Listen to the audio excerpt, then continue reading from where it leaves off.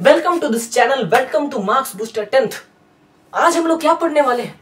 आज हम लोग पढ़ेंगे तुम्हारी प्यारी सी क्लास 10th का एक प्यारा सा चैप्टर जो कि है एसिड बेसिस एंड सॉल्ट्स। भैया ये एसिड क्या होता है, बेस क्या होता है, बता दो। एसिड और बेस के बारे में डिस्कस करते हैं। उससे पहले सब्सक्राइब नहीं कर सब्सक्राइब करो। इस लेक्चर में कई सारी चीजें हम एक्सपेरिमेंट से समझेंगे, रियल एक्सपेरिमेंट से, तो बने रहना एंड तक। चलिए, एसिड क्या होता है?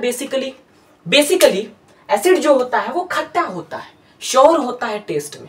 जो बेस होता है वो बिटर होता है, कड़वा होता है टेस्ट में। क्या इसी से एसिड और बेस डिफाइन हो सकता है? क्या नहीं हो सकता? कैसे नहीं हो सकता? तुम यहां देखो, क्या हर एक एसिड श्योर होगा और हर एक बेस बिटर होगा? तो हमें पता चलता है कि नहीं। केवल श्योर और बिटर से हम नहीं पता लगा सकते कि गिवन सब्सटेंस जो हमारे पास ये है, ये एसिड है कि बेस है। नहीं पता लगा सकते। क्यों? क्योंकि देखो, एक्सेप्शन देखो। कॉफी जो होता है बिटर टेस्ट करता है, लेकिन वो एक एसिड है। अरे बाप रे, हाँ। तो इसके लिए हमें कुछ और भी चीज चाहिए, इससे हम पता लगाएं कि ये एसिड है कि बेस है। ठीक है, तो इसलिए एरेनस कॉन्सेप्ट आया। एरेनस कॉन्सेप्ट ऑफ एसिड क्या कहता है और बेस क्या कहता है कि एसिड जो है वो पानी में जब भी घुलाओगे तो H+ आयन देगा, और बेस जो है जो जैसे पानी में घुलाओगे वो OH निगेटिव आयन देगा। ठीक है, बहुत बढ़िया। अब देखो, हमें पता कैसे चलेगा कि मैंने जो सब्सटेंस लिया ये एसिड है कि बेस है?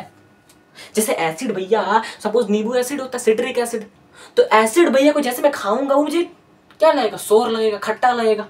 और बेस भैया जैसे सरफ है, उसको जैसे मैं खाऊंगा वो मुझे बिटर लगेगा। खाना नहीं है, बोल रहा हूं बस। ठीक है, तो हम कैसे पता लगाएं कि इंडिकेटर से कि हर चीज को खा के तो देख नहीं सकते? बोलो भाई, बहुत बढ़िया। तो कैसे पता लगाओगे कि डिस्टिंक्ट एसिड है कि बेस है? तो कुछ इंडिकेटर्स आए, जैसे इंडिकेट करते हैं जो कि एसिड है कि बेस है। जैसे कुछ इंडिकेटर जो कलर चेंज करते हैं, जैसे उसमें एसिड या बेस डालोगे उस हिसाब से वो कलर को चेंज करते हैं। जैसे लिटमस एक इंडिकेटर है। तो लिटमस क्या करता है? पर्पल कलर का होता है। लिचेंस नाम का एक कीड़ा होता है, उससे बना होता है, नेचुरली ऑक्यूरिंग है। जैसे ही ब्लू लिटमस में तुम एसिड डालोगे तो रेड हो जाएगा। जैसे ही रेड लिटमस में तुम बेस डालोगे तो ब्लू हो जाएगा। भैया ये ब्लू रेड का क्या कॉन्सेप्ट है? लिटमस कई सारे प्रकार के होते हैं ना, उसलिए। ठीक है भाई, एक सवाल आ गया कि अगर हम रेड में एसिड डाल दिए तो क्या होगा? सेम रहेगा। ठीक है, बहुत बढ़िया। इस चीज को छोड़ो, इसको मैं अभी एक्सपेरिमेंटली करके दिखाऊंगा। तो इधर आओ। एक होता है हाइड्रोंजिया फ्लावर।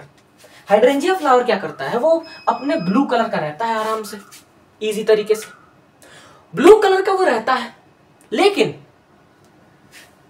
एसिड डालने पे ब्लू ही रह जाता है। और अगर मैं उसमें बेस डाल देता हूं तो वो पिंक कलर का हो जाता है। क्या मेरी बात समझ में आई? हाँ, नोट कर लो। इसी तरह से मिथाइल ऑरेंज है तो यहां ऑरेंज मतलब वो ऑरेंज कलर का होता है। उसमें जैसे एसिड डालोगे तो रेड हो जाएगा और बेस डालोगे तो येलो हो जाएगा। इसी तरह से एक और है फिनोफ्थलीन। फिनोफ्थलीन इंसानों द्वारा बनाया गया है, मेन मेड है। ठीक है, ये कलरलेस होता है। कैसा होता है? कलरलेस। इसका कोई कलर नहीं होता। जैसे इसमें तुम एसिड डालोगे तो ये सेम रह जाएगा, मतलब कलरलेस ही रह जाएगा। लेकिन जैसे ही तुम इसमें बेस डालोगे ये पिंक हो जाएगा। बहुत बढ़िया। तो इसे नोट करो एक बार जल्दी से, फास्ट में इसे नोट करो, जल्दी से एक बार नोट करो इसे। बहुत बढ़िया।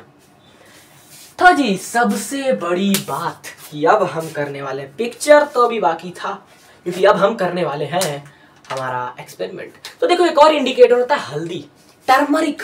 देखा है? हाँ, देखा है। तो टर्मरिक एक ऐसा इंडिकेटर है जो येलो में होता है अपने आप में। तुमने देखा होगा घर में हल्दी। मैंने हल्दी का पानी लाया, हल्दी को पानी में मिला कर, देख रहे हो? हाँ, दिख रहा है। हाँ, तो मैं यहां से एक्सपेरिमेंट आपको करके दिखाने वाला हूं। देखो, हल्दी है येलो कलर का, एसिड डालेंगे तो येलो ही रह जाएगा और बेस डालेंगे तो रेड हो जाएगा। सबसे बड़ी चीज, एसिड होता क्या है? एग्जांपल दे दो। जैसे नींबू हो गया, नींबू में एसिड है, सिट्रिक एसिड है ना। जैसे वॉशिंग सोडा है ना, वॉशिंग जो सामान होता है उसमें बेस होता है।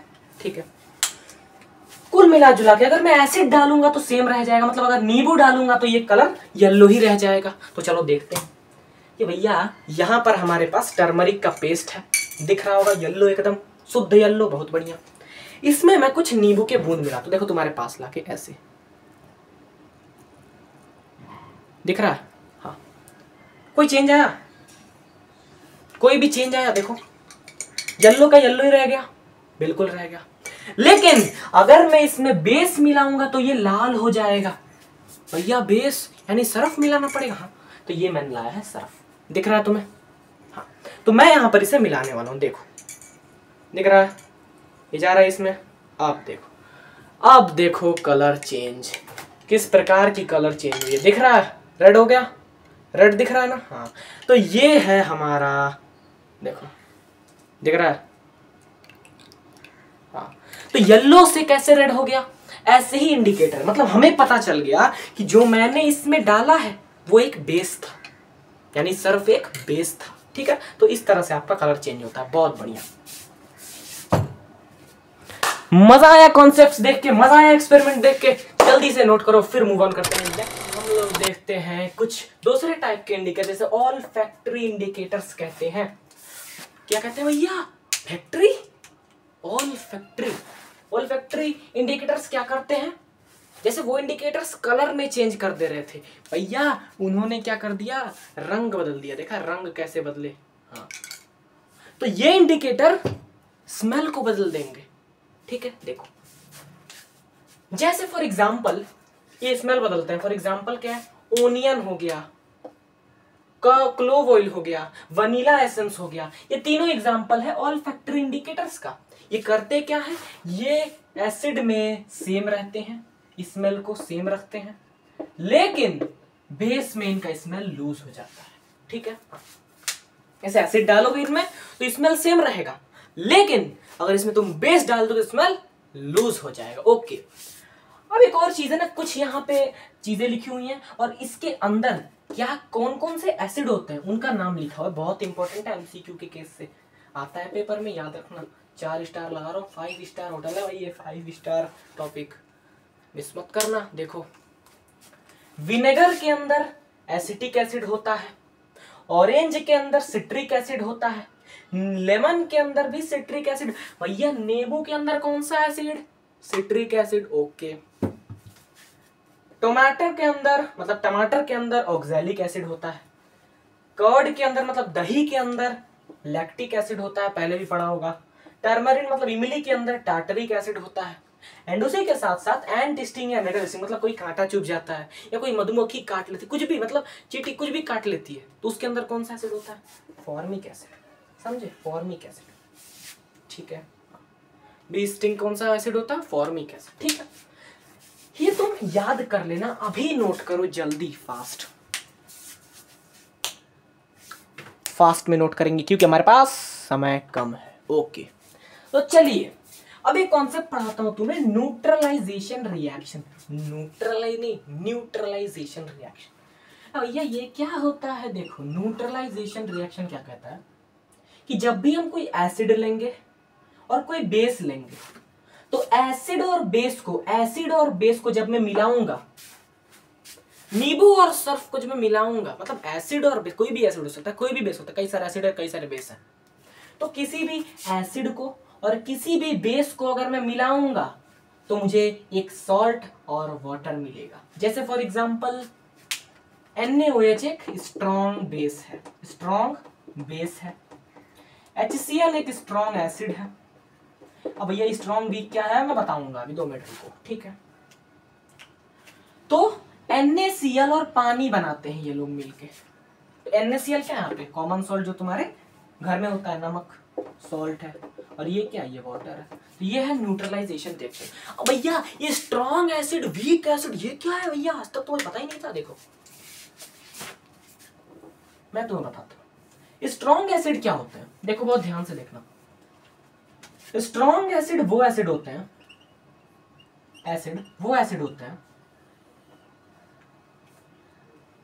जिनके अंदर H+ आयंस ज्यादा निकलते हैं।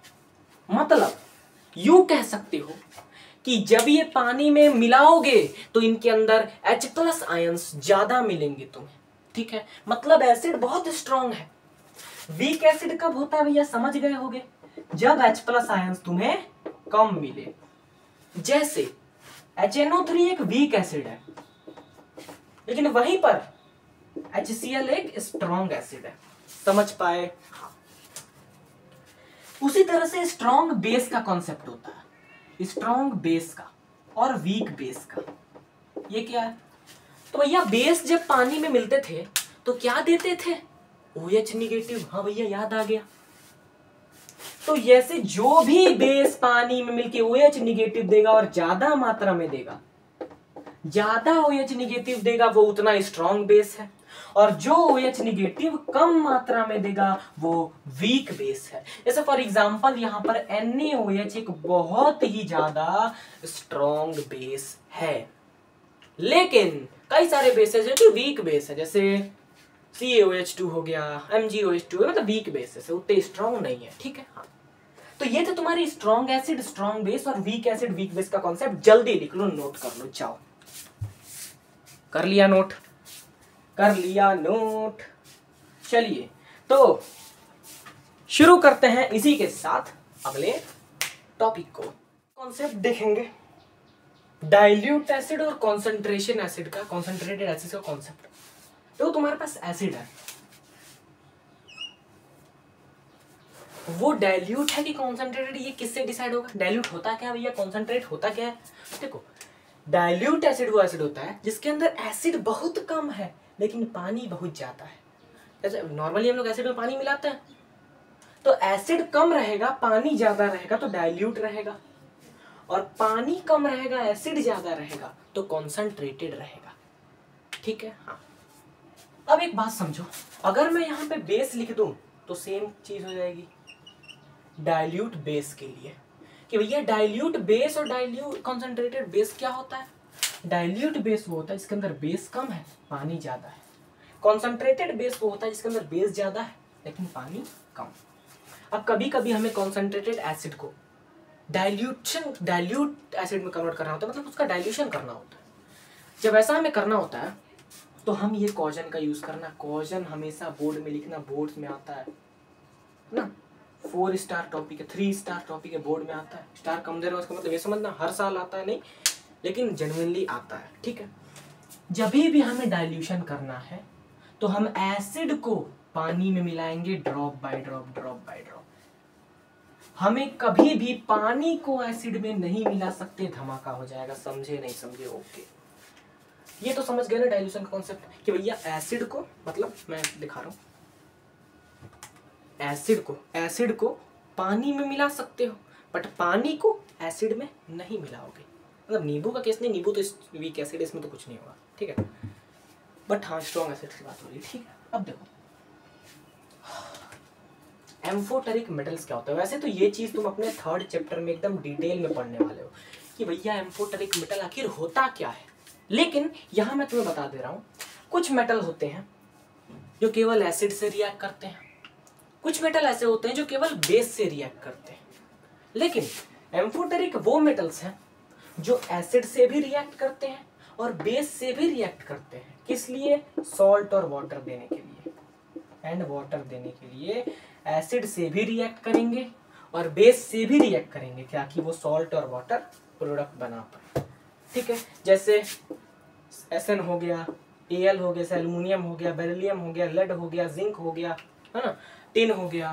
तो ये कई सारे मेटल्स हैं जो कि आपको याद रखने हैं। ये एम्फोटेरिक मेटल्स है। ठीक है।